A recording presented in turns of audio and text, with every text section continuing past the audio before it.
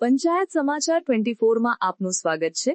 આમ આદમી પાર્ટીના શિક્ષણ સેલ ગુજરાતના પ્રમુખ જીતેન્દ્ર ઉપાધ્યાયે ગુજરાતની કથળેલી શિક્ષણ વ્યવસ્થા પર કર્યા પ્રહાર। અમદાવાદમાં 32 સ્કૂલ પતરાના શેડવાળી છે, જેમાં 9000 જેટલા વિદ્યાર્થીઓ અભ્યાસ કરે છે। શિક્ષકો છે ત્યાં ઓરડાઓ નથી, ઓરડાઓ છે ત્યાં શિક્ષકો નથી। સરકારી સ્કૂલમાં રમતગમત માટે ગ્રાઉન્ડ નથી। જય હિન્દ, જય ભારત, જય જય ગરવી ગુજરાત। હું જીતેન્દ્ર ઉપાધ્યાય, શિક્ષણ સેલ આમ આદમી પાર્ટી ગુજરાત પ્રમુખ। ગુજરાતનું શિક્ષણ તંત્ર ગયું છે ખાડે। આવું આપણે કહેવું પડે છે। શા માટે આપણે આવું કહેવું પડે? ગુજરાતનું શિક્ષણ પાછળનું બજેટ દર વર્ષે લગભગ 50 થી 60 હજાર કરોડ રૂપિયા જેટલું હોય છે। તમે વર્ષ 2025-26નું શિક્ષણનું બજેટ જુઓ તો 60,000 કરોડ રૂપિયા જેટલું બજેટ છે, પરંતુ શિક્ષણ વ્યવસ્થા જુઓ, સરકારી શિક્ષણ વ્યવસ્થા જુઓ તો જાણે ખાડે ગઈ હોય એવું લાગે છે। જ્યાં શિક્ષકો છે ત્યાં ઓરડાઓ નથી, જ્યાં ઓરડાઓ છે ત્યાં શિક્ષક નથી, સરકારી સ્કૂલોમાં ગ્રાઉન્ડ નથી।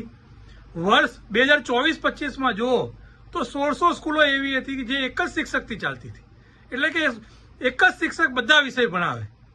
તો આ શિક્ષણ તંત્ર, આ વિદ્યાર્થીઓ ભણશે ક્યાં? સરકારી સ્કૂલોની હાલત કફોડી છે। હાલમાં જ સ્ટેન્ડિંગ કમિટીના ચેરમેન દેવાંગ દાણીએ સ્વીકાર્યું કે ખાલી અમદાવાદમાં 32 સ્કૂલો એવી છે કે જે પતરાવાળા શેડમાં ચાલે છે। આ પતરાવાળા શેડમાં વર્ષોથી વિદ્યાર્થીઓ અભ્યાસ કરે છે। અત્યારે આટલા વર્ષ પછી એમને એવું સૂઝ્યું કે હવે આ પાકા મકાન બનાવીએ। તો અત્યાર સુધી તમે શું કરતા હતા? આ વિદ્યાર્થીઓ પતરામાં અભ્યાસ કરતા હતા, પતરામાં કાણા હોય, વરસાદ પડતો હોય, આવી પોઝિશનમાં વિદ્યાર્થીઓ વર્ષો સુધી અભ્યાસ કરતા હતા। આવી સ્થિતિ ગુજરાતની દરેક જગ્યાએ છે। આ તો અમદાવાદની વાત કરી કે અમદાવાદમાં 32 સ્કૂલો એવી છે જે પતરાના શેડમાં ચાલે છે, જેમાં 9,000 જેટલા વિદ્યાર્થીઓ અભ્યાસ કરે છે।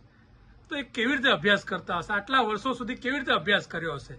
અત્યારે ભાજપના સત્તાધીશોને સૂઝ્યું કે હવે એને પાકો મકાન બનાવીએ, એટલે 5 વર્ષ સુધી ટેન્ડરિંગ કરશે, એમના મળતિયાઓને ટેન્ડર આપશે, પાકા મકાન બનાવશે, એમાં માલ સામાન ખરાબ વાપરશે અને પાછા 2 વર્ષમાં પોપડા પડવા મળશે। શિક્ષણમાં પણ ભ્રષ્ટાચાર। તમે શિક્ષણમાં તો છોડો, બાળકો ભણશે કેવી રીતે? તમારા ત્યાં શિક્ષકો નથી, ગ્રાઉન્ડ નથી, પાકા ક્લાસરૂમ નથી। તો અમે આ ભાજપ સરકારને કહેવા માંગીએ છીએ કે ગુજરાતનું જે શિક્ષણ તંત્ર છે તો ખાડે ગયું છે, એમાં તો ભ્રષ્ટાચાર છોડો। જય હિન્દ, જય ભારત, જય જય ગરવી ગુજરાત।